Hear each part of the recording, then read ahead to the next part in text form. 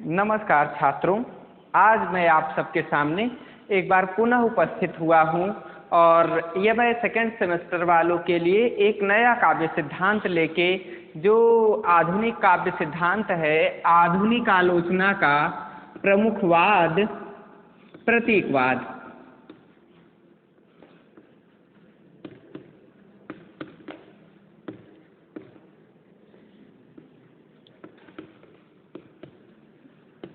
प्रमुखवाद प्रतीकवाद। अब यह किस तरह का सिद्धांत है, मैं ये आपको बताऊंगा कि इस सिद्धांत का अर्थ क्या है। प्रतीकवाद का अर्थ, प्रतीकवाद का अर्थ, प्रतीकवादी सिद्धांत का अर्थ बहुत ही व्यापक है। यदि हम एक रूप में कहना चाहें तो इसका कोई एकात्मक रूप नहीं हो सकता, यह एक रूपत्व में हो ही नहीं सकता। प्रतीक का अर्थ है कि किसी अनुपस्थित व्यक्ति को मूर्त रूप प्रदान करना। जैसे यदि हमें सूर्य के बारे में कहना है तो हम सूर्य की तरह चमकदार वस्तुओं के बारे में आपको बताएंगे कि सूर्य की तरह तेज वाला ये क्या है। जैसे मान लीजिए अगर चमकदार स्टील है और सोने की चमक से हमें तुलना करनी है तो उस समय मैं आपको ये बताऊंगा कि ये स्टील इस तरह से चमक रहा है जैसे सोना।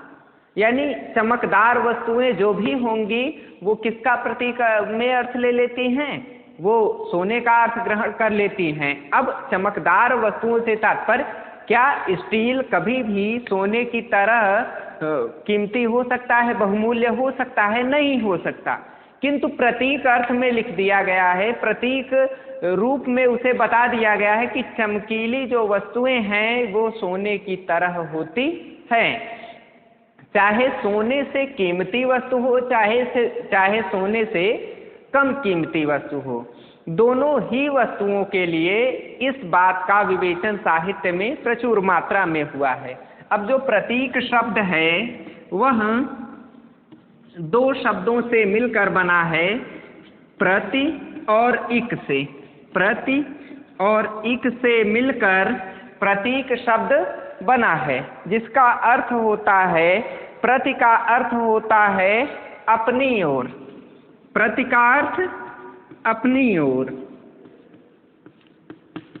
और इक का अर्थ होता है झुका हुआ।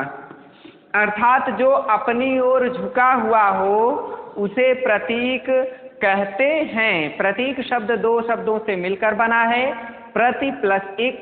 प्रति का अर्थ होता है अपनी ओर, इक का अर्थ होता है झुका हुआ। और इसमें यदि हम प्रतीकवाद को जोड़ दें तो वाद का अर्थ होता है सिद्धांत, अर्थात किसी वस्तु को लेकर उसकी ओर झुके हुए सिद्धांतों को अपनी ओर ले जाने की प्रवृत्ति को प्रतीकवादी सिद्धांत कहा जाता है। अब इस नियम के अनुसार यदि जैसे यदि सर्वव्यापी ईश्वर है, ये सब जानते हैं। अब ईश्वर के विराट स्वरूप को व्यक्त करने के लिए हम प्रकृति का अनुकरण करते हैं और ये बताते हैं कि ये जो ईश्वर है इस ब्रह्मांड की तरह अजन्मा है, अमर है, अजर है, शक्तिशाली है। जैसे वर्तमान समय में आप देखिए तो जो कोरोना की महामारी चल रही है, कोरोना की महामारी में हम क्या कहते हैं कि यह ईश्वरीय प्रकोप का कारण है। इतने दिनों से जो औद्योगिकता की ओर पूरा विश्व झुका जा रहा था और पर्यावरण प्रदूषण को नियंत्रित नहीं कर रहा था, अपने अपने देश को आगे बढ़ाने के लिए सभी देश लगातार पर्यावरणीय माध्यमों का दोहन कर रहे थे। वो उस दोहन के परिणाम स्वरूप ईश्वर कुपित हुआ और इस तरह की महामारी इस ब्रह्मांड में उत्पन्न हुई है। तो प्रतीक इसी तरह का होता है। प्रतीक में अर्थात अगर महामारी की तुलना की जाए, महामारी कही जाए तो महामारी का अर्थ ये नहीं होता कि केवल कोरोना महामारी है, क्योंकि समय समय पर लगातार महामारियां आती रही थी, जैसे कभी हैजा फैला, कभी कालरा फैला, कभी पीलिया महामारी फैली, कभी इबोला वायरस फैला, अभी आज कोरोना वायरस फैला है। तो इस तरह से महामारी जो होती है वो प्रतीक अर्थ ले ली है कि समय समय पर महामारियां आती रहती हैं, बस उनके नाम भिन्न हो जाते हैं, जिनमें जन धन की, जिसमें लोगों की बहुत क्षति हो, वो महामारी है। अब महामारी एक प्रतीक है किसका? रोग, कोई विशिष्ट और विकराल रोग जो तीव्रता के साथ पूरे संसार में फैलता जाए, उसे हम महामारी कहते हैं। और वह महामारी, यदि उस महामारी का प्रतीक लिया जाए तो वो कहेंगे कि आज जैसी महामारी है उससे आज से ठीक 100 वर्ष पहले इसी तरह की महामारी हुआ करती थी। यह ईश्वरीय उन्माद का परिणाम है। इस तरह की बातें लगातार आती रहती हैं। अब देखिए छात्रों, प्रतीक का अर्थ होता है कि किसी वस्तु के प्रतिनिधि को व्यंजक रूप में साहित्य में चित्रित करना, व्यंजक रूप में। अब व्यंजक रूप क्या होता है ये समझने की बात है। उदाहरण के रूप में, जैसे मान लीजिए मुझे आपको कोई भी बात कहनी है और आप कक्षा में बैठे हुए हैं।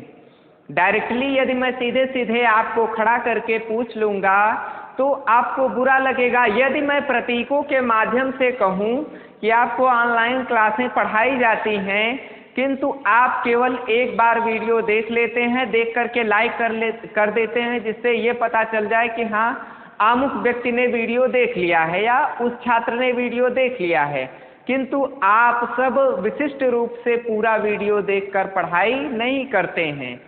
आप सब बंदर की तरह केवल एक स्थान पर झांक लेते हैं। तो अब बंदर यहाँ क्या है? प्रतीक है कि जैसे बंदर किसी वस्तु को देखता है और देखने के बाद थोड़ा वो करेगा, आधे पर कार्य अधूरा छोड़कर चला जाता है।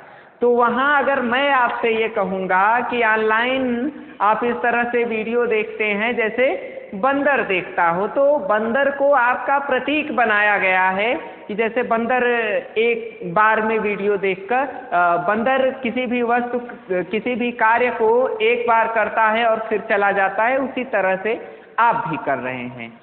फिर इसके बाद प्रतीक, हर बात में ही प्रतीक विद्यमान होता है।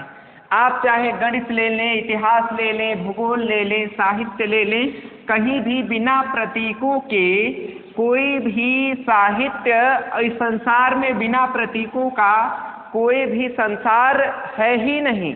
इस संसार में शाब्दिक दुनिया बिना प्रतीकों के नहीं चलती है।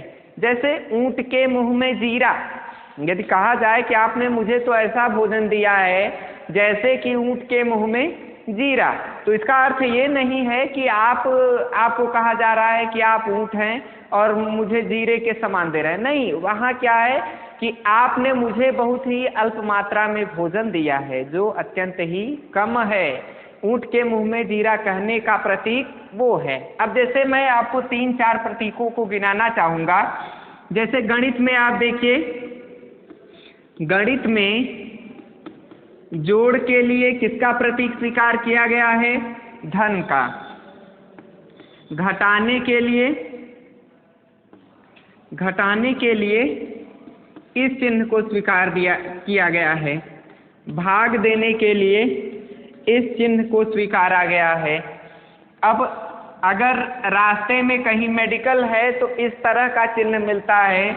अगर कहीं किसी भी स्थान पर त्रिमुहानी है, तिराहा है जिसे आप कहते हैं, तो इस तरह का चिन्ह, इस तरह का प्रतीक निर्मित हो जाता है। उसी तरह से साहित्य में भी प्रतीक निर्मित होते हैं। उदाहरण के लिए सूर्य को तेज का प्रतीक माना गया है कि वह सूर्य के समान तेजस्वी है।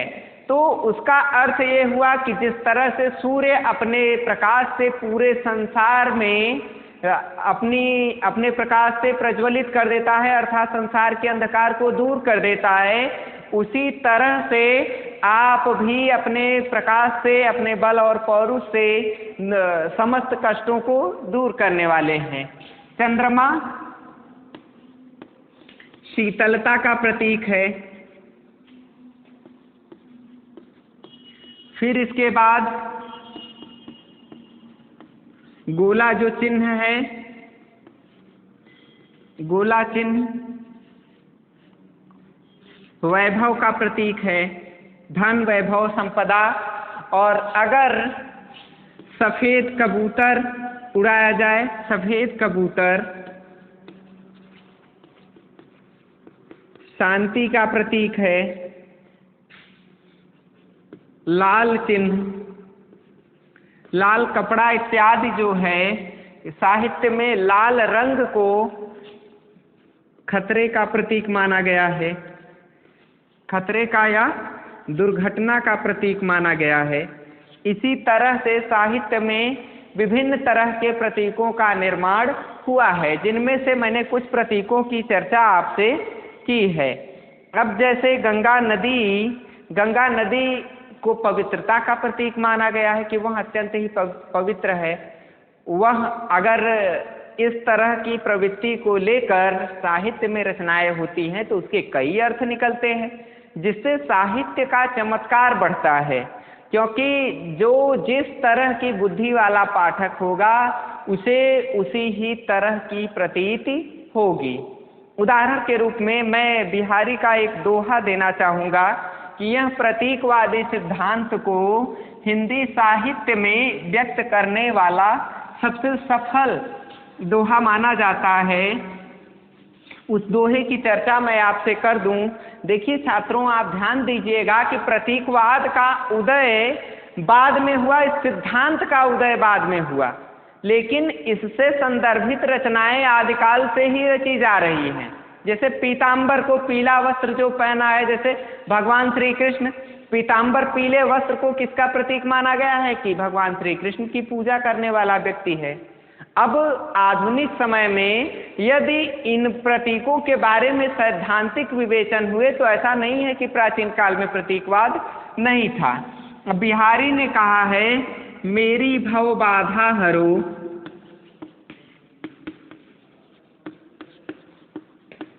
हरो राधा नागर सोई, सोई जा तनु की झाई परे,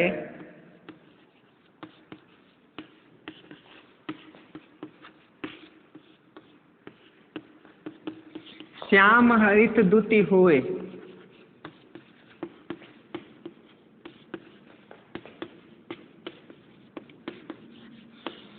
अब यहाँ पर इस दोहे का देखिए आप अर्थ, मेरी भव बाधा हरो, अर्थात मेरे भव और बंधनों को दूर करो। कौन दूर करो? राधा नागर सोए, अर्थात भगवान श्री कृष्ण और राधा दूर करो। जा तनु की झाई पड़े, अर्थात जिसकी परछाई पड़ने मात्र से श्याम हरित दुति हुए, अर्थात जिसकी परछाई पड़ने से जो काला है वह भी गौर वर्ण का हो जाता है। एक अर्थ तो ये हुआ। दूसरा अर्थ क्या हुआ? मेरी भव बाधा हरो, अर्थात मेरे कष्टों का निवारण करो। कौन करो? राधा नागर सोए, राधा और कृष्ण मेरे कष्टों का निवारण करो। कैसे कष्टों का निवारण? एक प्रेमी प्रेमिका ईश्वर से अब कह रहे हैं। अभी तो एक भक्त अपने भगवान से, भगवान श्री कृष्ण की पूजा करते हुए कह रहा था कि मेरी भव बाधा को दूर करिए, जो कि सांवले वर्ण में भी अंधेरे में भी उजाला ला देते हैं, वहाँ पर भी हरियाली फैला देते हैं। वो राधा और कृष्ण मेरी भव बाधा को दूर करें। अब यहाँ पर एक प्रेमी प्रेमिका भगवान श्री कृष्ण का आह्वान करते हुए कह रहे हैं कि मेरे भव बाधा को, अर्थात मेरी प्रेम, हम लोगों के प्रेम में आने वाले कष्टों को वहीं राधा और कृष्ण दूर करें, वहीं राधे कृष्ण दूर करें, जिनकी परछाई पड़ने से। अब श्याम अर्थात कृष्ण जी का रंग कैसा था? श्याम था, सांवले वर्ण का था। और राधा जी का रंग कैसा था? गौर वर्ण का था। श्याम वर्ण और गौर वर्ण जब दोनों आपस में गले मिलते हैं तो दूर से देखने पे हरा रंग दिखाई देता है। अर्थात हमारे वो प्रेमी प्रेमिका कह रहे हैं कि हमारे भाव बंधनों को उसी तरह से भगवान श्री कृष्ण और राधा दूर करें जैसे कि दोनों के मिलने पर श्री कृष्ण का सांवला वर्ण और राधा का गौर वर्ण हरित हो जाता है और उनके प्रेम को प्रगाढ़ता मिल जाती है, उसी तरह हमारे भावबंधन को दूर करें। फिर इसके बाद इस साहित्यिक रूप में प्रतीकवाद का कैसे उदय हुआ, मैं अब वो आपसे चर्चा करना चाहूँगा कि साहित्यिक रूप में प्रतीकवाद कैसे चर्चित हुआ है। तो आप एक हेडिंग डाल करके ये भी बता सकते हैं और एक इस पर प्रश्न भी बनता है कि साहित्यिक वाद के रूप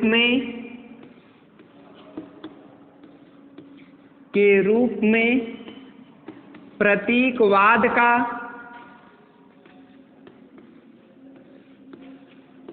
उद्भव और विकास।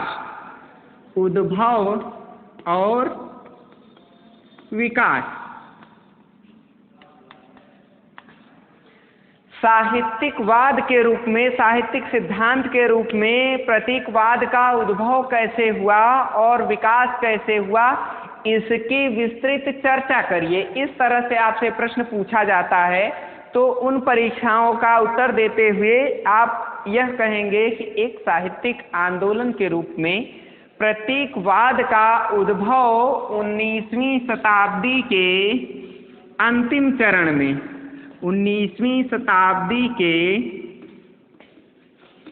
अंतिम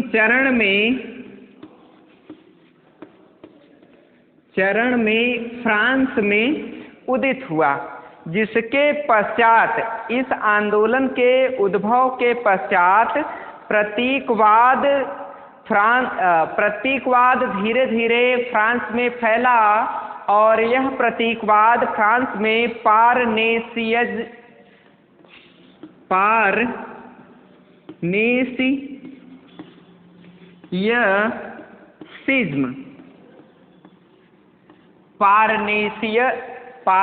पारनेसियसिज्म इस सिद्धांत के इस नाम से यह धीरे धीरे फ्रांस से विकसित हुआ और विकसित होकर यह अमेरिका, इंग्लैंड, रूस, कनाडा, जापान और फिर भारत में धीरे धीरे इस सिद्धांत का सैद्धांतिक रूप में प्रचार प्रसार होना शुरू हो गया। और इस सिद्धांत के प्रवर्तक वहाँ के प्रकृतिवादी विचारक, एक प्रकृतिवादी विचारक वाल्डेयर थे।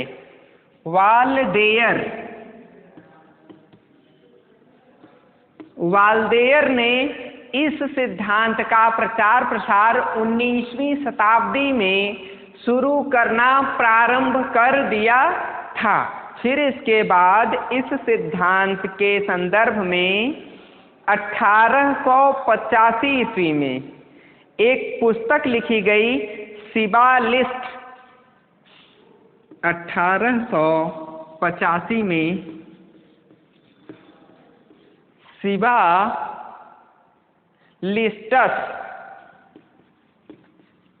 या डिकेटस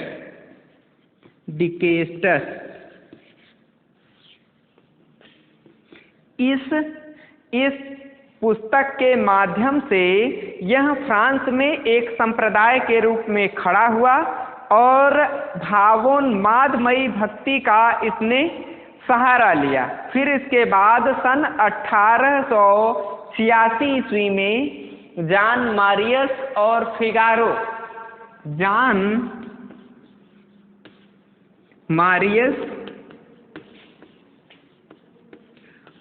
फिगारो ने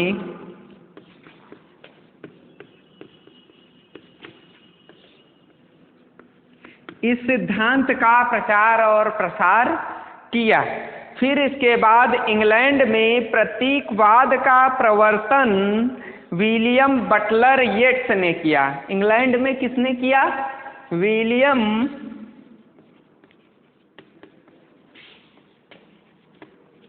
विलियम बटलर येट्स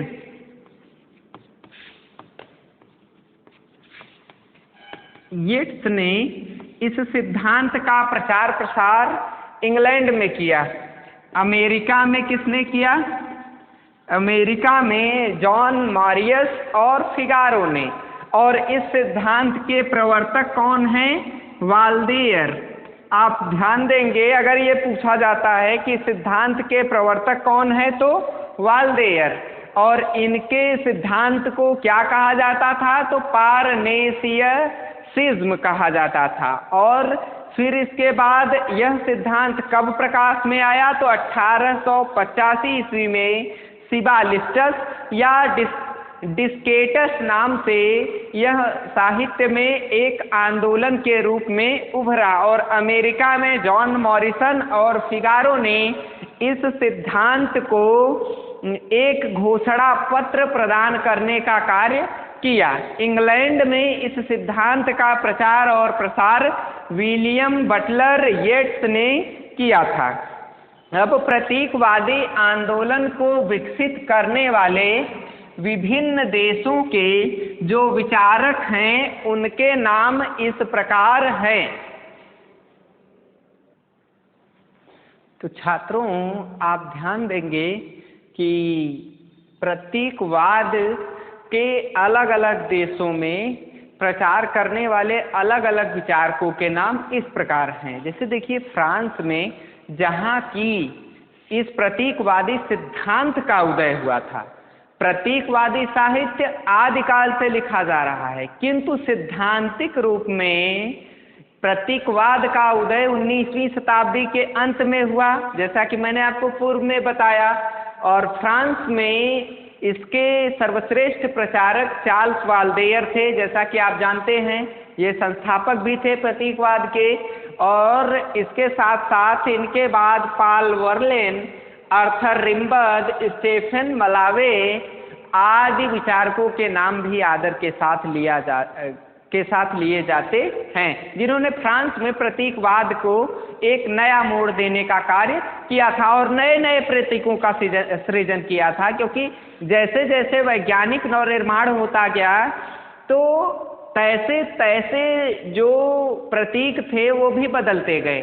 जैसे गौरवर्ण का प्रतीक पहले कर्पूर हुआ करता था, कपूर जिसे आप कहते हैं, तो अब बर्फ के समान गौरवर्ण अर्थात नया प्रतीक, गौरवर्ण के लिए नया प्रतीक साहित्य में आया। अब जैसे कोई भी साहित्यिकवाद या कोई भी सिद्धांत है तो उसमें जो पहले प्रतीक था कि ईश्वर इस तरह से प्रकट होते हैं जिस तरह से गूलर का पुष्प खिलता है, उसी तरह से ईश्वर प्रकट होते हैं, फिर वे चले जाते हैं। किंतु अब जो प्रतीकवादी साहित्यकार थे उन्होंने क्या कहा कि ईश्वर बिजली की चमक के समान प्रकट होते हैं, इस तरह से। तो नए नए प्रतीकों का सृजन करने वाले फ्रांसीसी विचारक वाल्देयर, पॉल वर्लेन, आर्थर रिम्बाउड, स्टीफन मलावे थे। जर्मनी में इस सिद्धांत का सैद्धांतिक रूप में विवेचन करने वाले George Moore, Oscar Wilde, Arthur Symons, Ernest Dowson माने जाते हैं।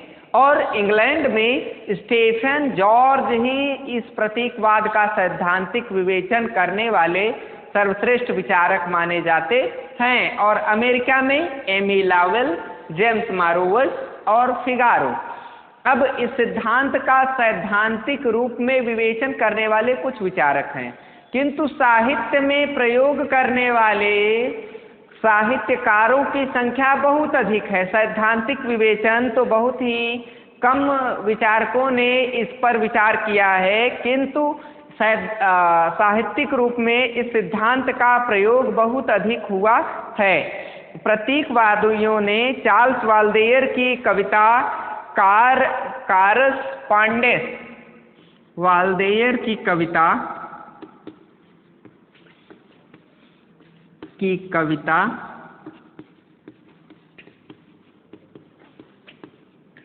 कारस्पांडेंस को प्रतीकवादी सिद्धांत का घोषणा पत्र बताया है।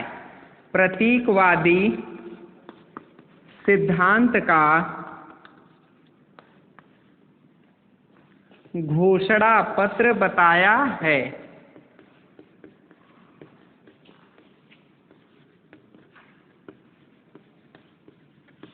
तो अगर आपसे पूछा जाएगा कि इस प्रतीकवादी सिद्धांत का घोषणा पत्र किस कृति से प्रारंभ हुआ माना जाता है, तो आप तुरंत उत्तर दे सकेंगे कि वाल्देयर की एक कविता है कॉरस्पॉन्डेंस, यह प्रतीकवादी सिद्धांत का घोषणा पत्र है।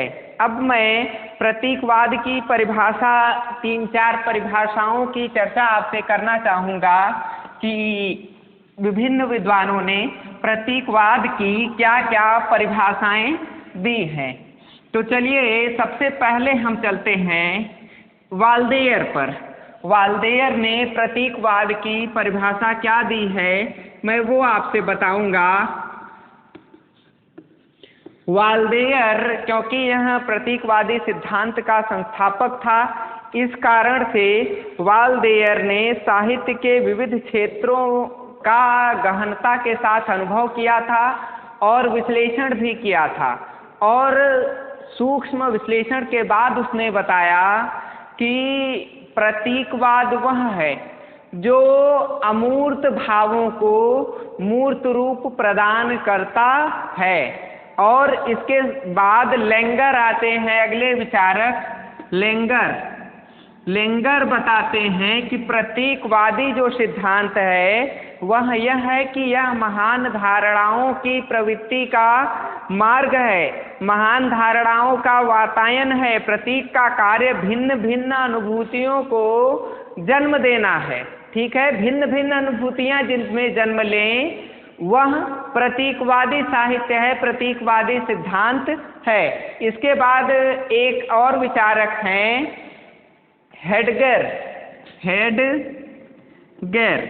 ये वैसे तो अस्तित्ववादी विचारक थे, किंतु इन्होंने भी प्रतीकवाद के संदर्भ में अपना विचार दिया है कि प्रतीकवाद वह है जो मैं या अहम की अस्तित्ववादी सोच को प्रकट करता है। मैं या अहम की, अर्थात इसमें अपने व्यक्तित्व को उभारने के लिए कवि मैं या अहम को स्थान देता है और यह भविष्य को संचित भी करता है, अर्थात प्रतीक के माध्यम से ही भविष्य संचित रखा जा सकता है, अन्यथा नहीं रखा जा सकता। चाहे वह व्यंग्यात्मक रूप में ही रखा जाए, लेकिन यदि किसी भी प्रतीक को जीवंत रूप देना है तो उसका साधन या किसी राजा के बारे में वर्णन हमें जीवित रखना है तो वह प्रतीकों के माध्यम से ही संभव है।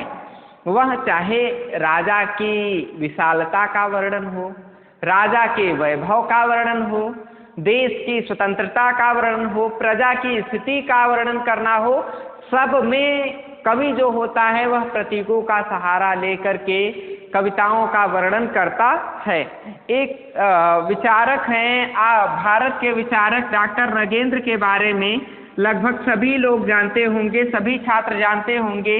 इन्होंने हिंदी साहित्य के इतिहास नाम की पुस्तक का संपादन कार्य किया है और इन्होंने हिंदी साहित्य के रीतिकाल पर एक विस्तृत शोध प्रबंध प्रस्तुत किया है जो बहुत ही महत्वपूर्ण साहित्यिक दृष्टिकोण से है। इन्होंने लिखा है कि प्रतीक एक प्रकार से रूढ़ उपमान का ही दूसरा नाम है। जब उपमान स्वतंत्र न रहकर पदार्थ विशेष के लिए रूढ़ हो जाते हैं तो वह प्रतीक बन जाते हैं। अर्थात नगेंद्र क्या कहते हैं कि जब कोई भी ऐसी बात साहित्य की जो किसी एक बिंदु के लिए रूढ़ हो जाती है, जैसे चंद्रमा को शीतलता का प्रतीक मान ही लिया जाता है, तब वो जो प्रवृत्ति है वह प्रतीक कही जाती है। और इनसे अच्छी तो परिभाषा डॉक्टर कुमार विमल ने व्यक्त की है। उन्होंने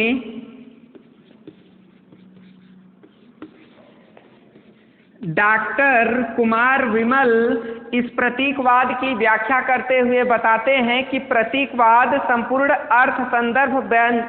अर्थ संदर्भ व्यंजित करने की शक्ति करने वाला कोई अप्रस्तुत शब्द या प्रतीक है। कोई अप्रस्तुत शब्द है जो प्रतीक के रूप में साहित्य में अवतरित होता है। यानी कुमार विमल ये बताना चाहते हैं कि अमूर्त भावों को मूर्तता प्रदान करने के लिए, किसी व्यक्ति की विशिष्टता का ज्ञान कराने के लिए उसके अमूर्त भावों को मूर्त रूप देने में प्रतीकों का सहारा लिया जाता है। अब वो बहुत ईमानदार है। अब वो कौन है, जब आप उसकी तरफ देखेंगे तब समझ पाएंगे। वह इतना ईमानदार है, अगर कहा जाए कि मोहन इतना ईमानदार है कि वह मक्खन चुरा करके खाता है। तो अब देखिए व्यंग्यात्मक रूप में मोहन का किस तरह से चित्रण किया गया है। ये बात डॉक्टर कुमार विमल ने व्यक्त की है।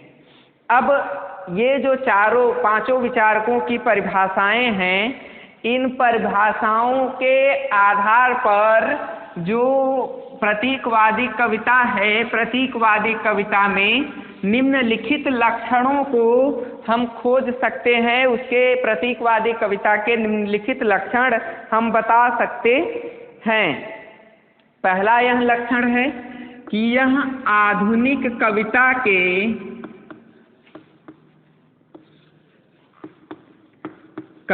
के समस्त अंगों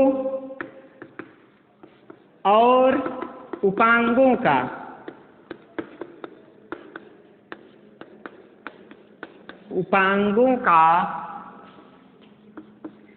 चित्रण प्रस्तुत करती है।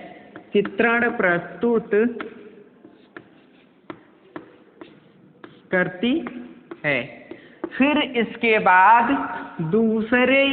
दूसरी बात प्रतीकवाद में क्या विद्यमान है, यह आत्मचेतना के कृत्रिम विकास के स्थान पर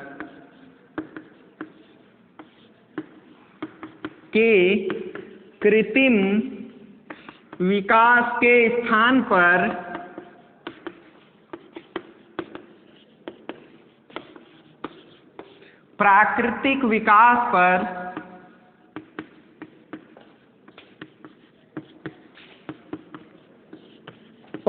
जोर देती है।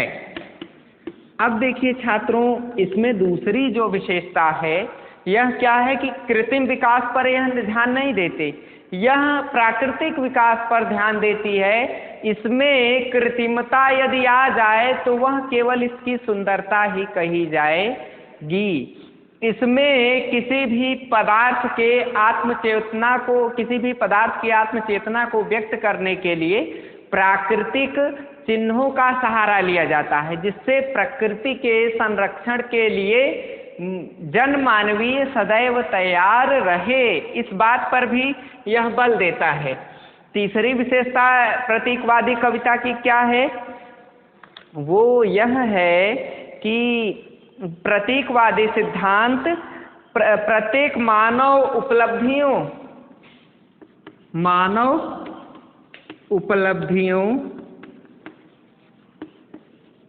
और ज्ञान विज्ञान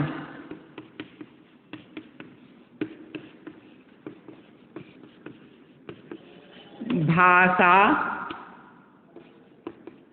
भाव, संस्कृति और संस्कार का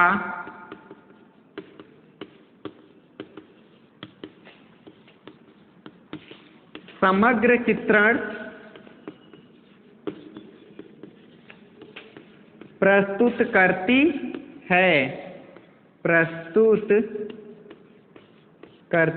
है। किस तरह की स्थिति प्रतीकवाद में विद्यमान होती है कि वह समस्त मानव की उपलब्धियों, जैसे मानव ने जो जो चीजें उपलब्ध कर ली हैं, ज्ञान विज्ञान, भाषा, भाव, संस्कृत और संस्कार का भी विस्तार से वर्णन करने का कार्य करती है। यह जो प्रवृत्ति होती है वह इतना बड़ा कार्य करती है। अब फिर इसके बाद अगली विशेषता इसकी क्या है? यह मानव के सभी भावों को, मानवीय भावों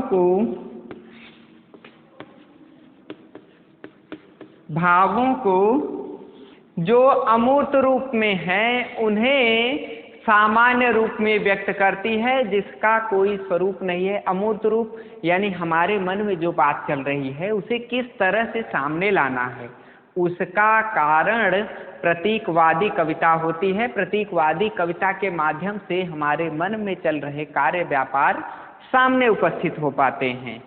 और अगली इसकी यह विशेषता है कि यह कविता के अंग और उपांगों पर, कविता का अंग क्या है? कविता का अंग रस, छंद, अलंकार, गुण और रीति है। इस पर और उसके उपांगों पर, अब जो कविता को गाने वाला व्यक्ति है, कहानी को बोलने वाला जो व्यक्ति है, उसकी भाषा शैली कैसी है, उसकी भावना कैसी है, उस भावना को वह विस्तार से चित्रित करने का कार्य करता है। इस तरह की भावना का विकास आधुनिक प्रतीकवादी कविताओं में पाई जाती है। फिर इसके बाद अब मैं प्रतीकवाद के बारे में आपको और प्रतीकवाद का साहित्य पर क्या क्या प्रभाव पड़ा है, अब मैं आपसे उसकी चर्चा करने चल रहा हूँ। प्रतीकवाद का प्रभाव साहित्य के समस्त स्वरूपों पर पड़ा है। न केवल साहित्य के अंतरंग तत्वों पर यह प्रभाव डालता है, बल्कि यह बहिरंग तत्वों की भी विस्तृत चर्चा करता है। इसके संदर्भ में प्रतीकवाद के प्रभाव के संदर्भ में प्रोफेसर C.M. बोहरा ये कहते हैं कि प्रतीकवाद ने साहित्य के प्रत्येक क्षेत्र को अपने में समेट लिया है, चाहे वह साहित्य का समाजशास्त्र हो, चाहे साहित्य की रसात्मक अनुभूति हो, काव्यात्मक अलंकारिकता हो, गुणात्मक विशेषता हो या छंद योजना हो, सब पर प्रतीक ने धीरे धीरे अपना स्थान बनाना शुरू कर दिया है।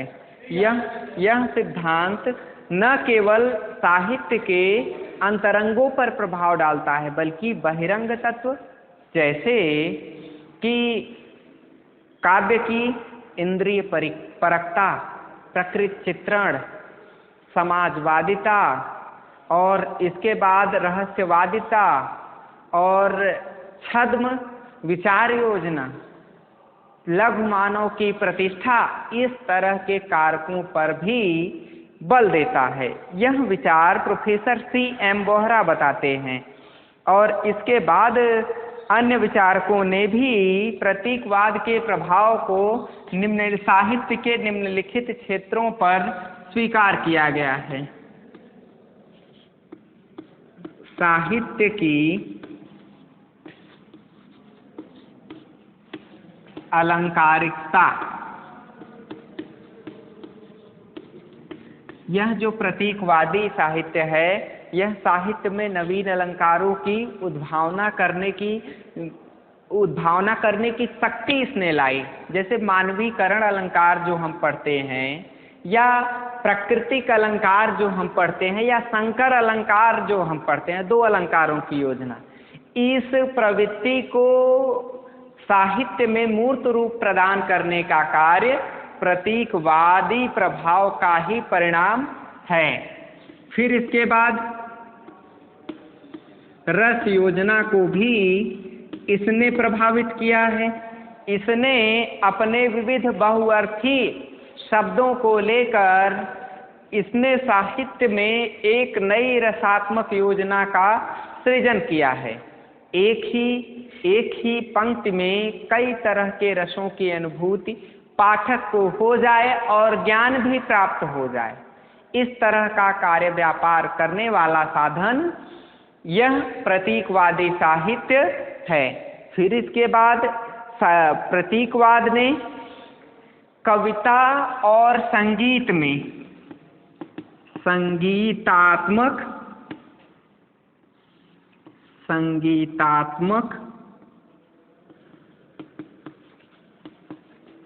कविता की योजना को जन्म दिया है।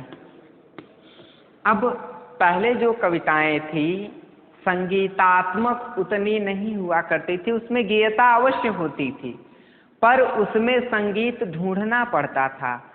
किंतु जो 19वीं शताब्दी के अंतिम चरण यानी लगभग 1885 के बाद से जितनी भी प्रतीकवादी कविताएं सामने आई, जितने भी साहित्यिक कविताएं या गेय पद सामने आए, उनमें कहीं न कहीं संगीतात्मकता विद्यमान थी। संगीतात्मकता से तात्पर्य ये है कि जैसे हारमोनिया, ढोलक इत्यादि पर भी कविताएं आसानी से गाई जा सकें। उससे पूर्व की कविताओं में अब जैसे तुलसीदास इत्यादि जैसे महान कवियों को यदि छोड़ दिया जाए तो अधिकांश कवियों की कविताओं को नहीं गाया जा सकता।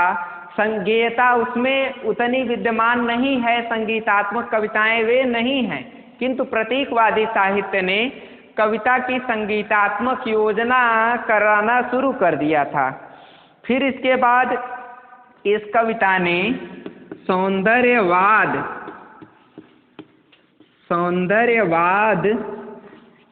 की स्थापना की। प्रतीकवादी कविता ने सौंदर्य के क्षेत्र में अपने नवीन विचारों से कविता की गरिमा को बढ़ाने का कार्य किया। कविता में नवीन शब्दों के प्रचलन को बढ़ावा दिया। इस तरह की कविताओं ने साहित्य में अपना एक विशिष्ट स्थान बना लिया। उदाहरण के रूप में यदि हम यह कविता पढ़ें, मानव जब जोर लगाता है पत्थर पानी बन जाता है, इसे पढ़ करके एक तरह से सौंदर्य की स्थापना ये हो रही है कि मानव को मेहनत करने की सलाह कवि दे रहा है। केवल एक ही कविता नहीं, जितनी भी कविताएं आप पढ़ेंगे सब में यही पाएंगे। जैसे सुभद्रा कुमारी चौहान की प्रतीकवादी कविता इस समाधि में छिपी हुई है, यानी झांसी की रानी की एक समाधि है।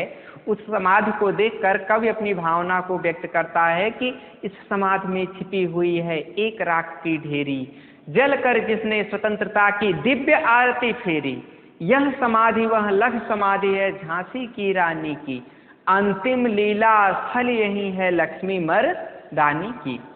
ये इस तरह की प्रवृत्ति को लेकर इस साहित्य ने सौंदर्यवाद की सृष्टि करना प्रारंभ कर दिया था। इसने साहित्य में सौंदर्यवाद को पनपाने का कार्य किया। फिर इसके बाद अब अगली बात इस साहित्य में यह पाई जाती है कि यह वैयक्तिकता के स्थान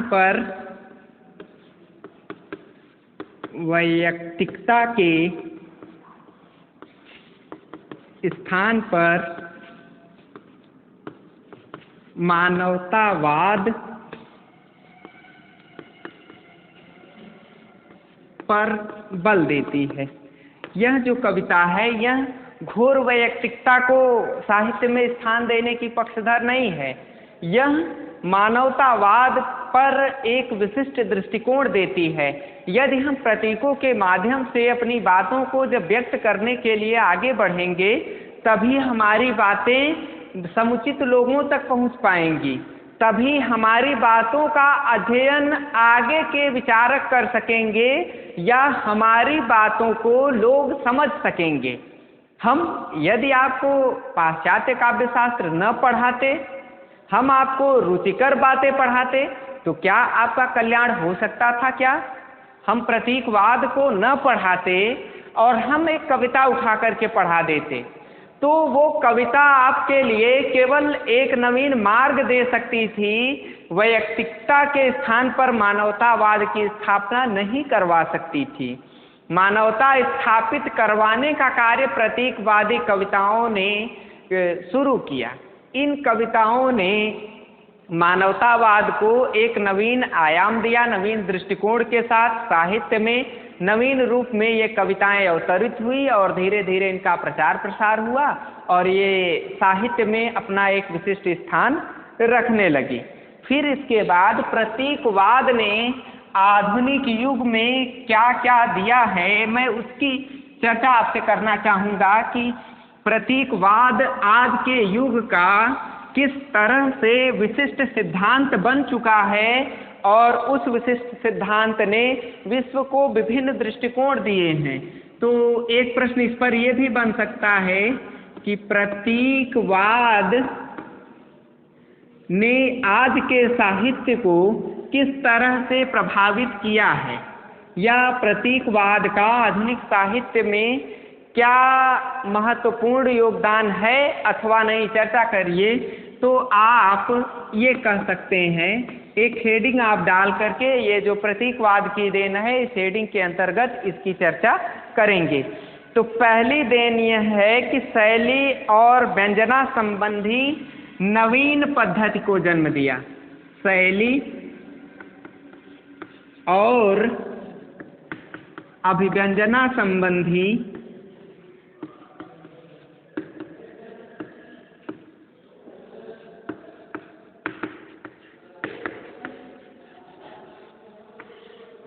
नवीन पद्धति पर बल।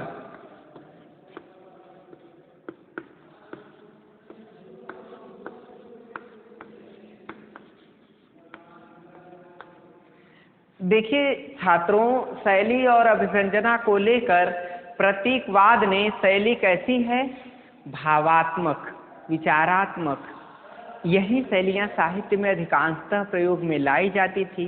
किंतु इस सिद्धांत ने गवेषणात्मक शैली, विवरणात्मक शैली, हास्य और व्यंग प्रधान शैलियों को भी इस सिद्धांत ने जन्म देना साहित्य में शुरू कर दिया। और उसका क्या परिणाम हुआ? उसका ये परिणाम हुआ कि इन शैलियों के माध्यम से कविता एक नवीन दृष्टिकोण को लेकर आगे बढ़ने लगी और कविता ने नवीन आयाम देना शुरू कर दिया, जिसका प्रभाव ये हुआ कि भारत जैसे देश में और अमेरिका से लेकर फ्रांस तक यह सिद्धांत पूरे रूप में चर्चित होता चला गया और चर्चित होते होते इस सिद्धांत ने अपना एक विशिष्ट रूप धारण कर लिया।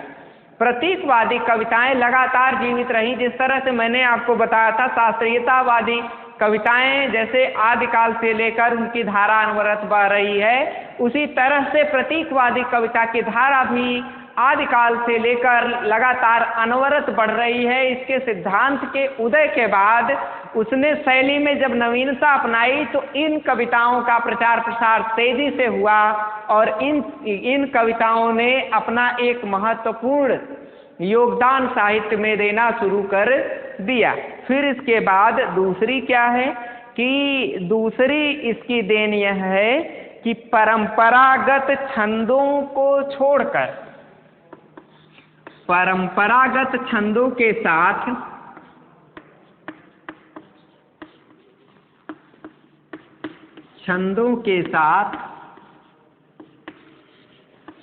नवीन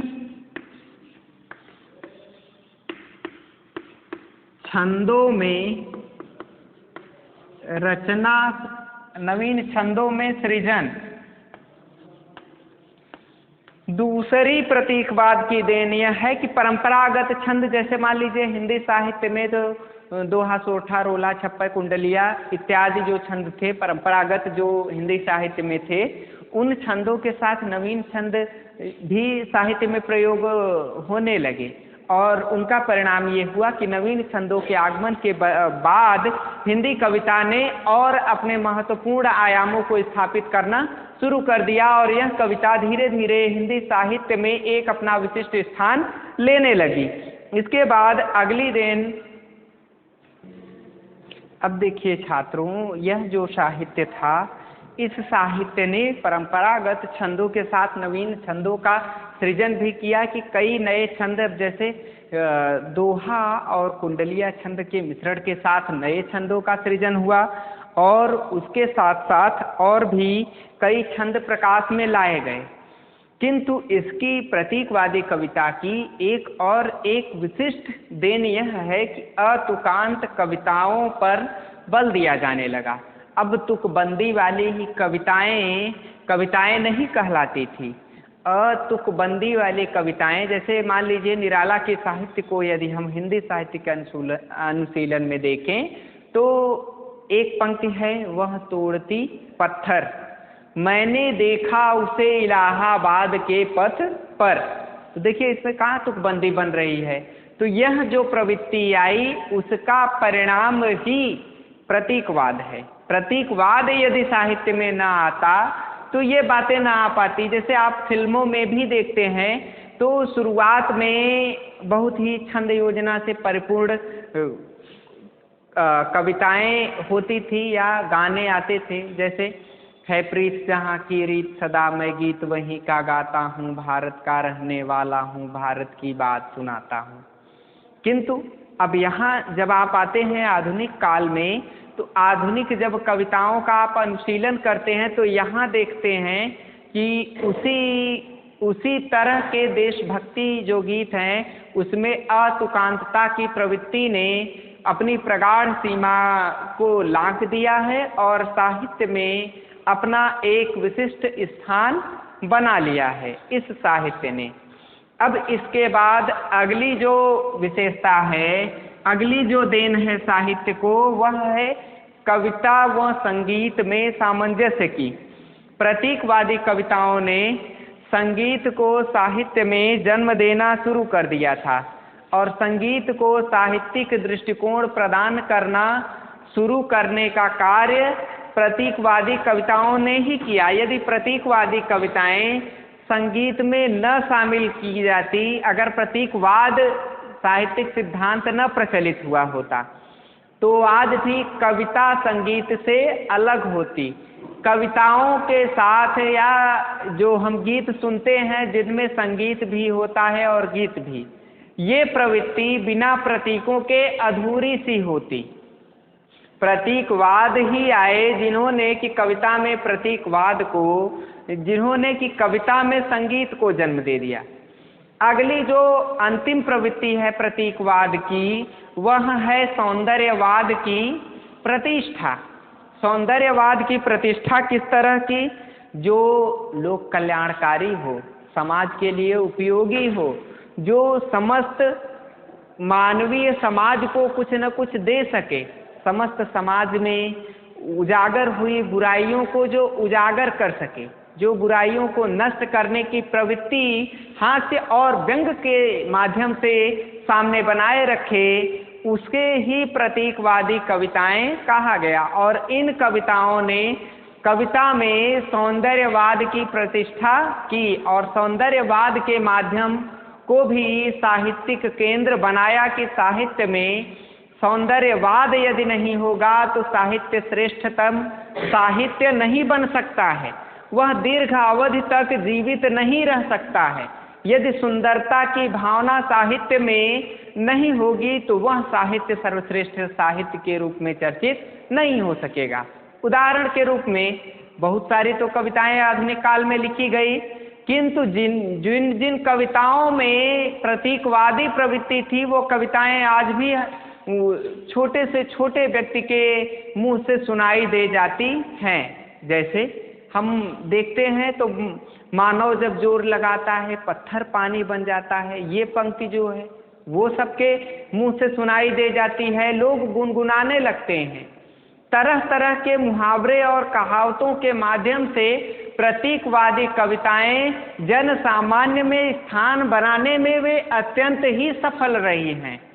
इस तरह से छात्रों, प्रतीकवाद के बारे में आज मैंने आपसे चर्चा की और प्रतीकवाद के बारे में एक बार मैं आपको शॉर्ट में बताना चाहूँगा कि क्या क्या मैंने आपको पढ़ाया। पहले तो प्रतीकवाद का परिचय पढ़ाया, फिर इसके बाद मैंने आपको प्रतीकवाद का अर्थ पढ़ाया, फिर इसके बाद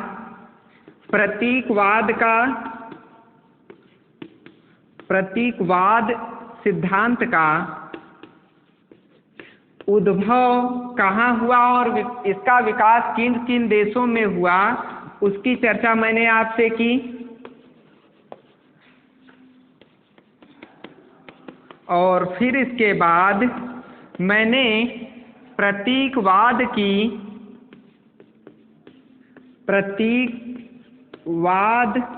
का महत्व बताया। फिर इसके बाद मैंने आपको प्रतीकवाद की आधुनिक युग को देन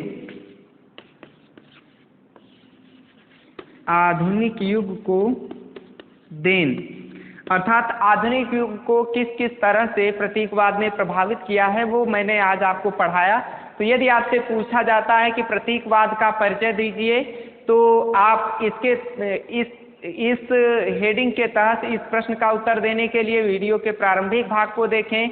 प्रतीकवाद का अर्थ देखना है तो लगभग 10 मिनट के बाद वो आपको मिलेगा। प्रतीकवाद सिद्धांत का उद्भव फ्रांस में हुआ और उसका विकास किस तरह से फ्रांस, फिर इंग्लैंड, फिर अमेरिका, फिर जर्मनी, फिर धीरे धीरे करके भारत में आया, इसकी चर्चा मैंने आपसे किया। फिर प्रतीकवादी सिद्धांत का क्या क्या महत्व है उसकी चर्चा मैंने आपसे की, और प्रतीकवाद ने आधुनिक युग को किस तरह से प्रभावित किया है उसकी चर्चा मैंने आपसे की।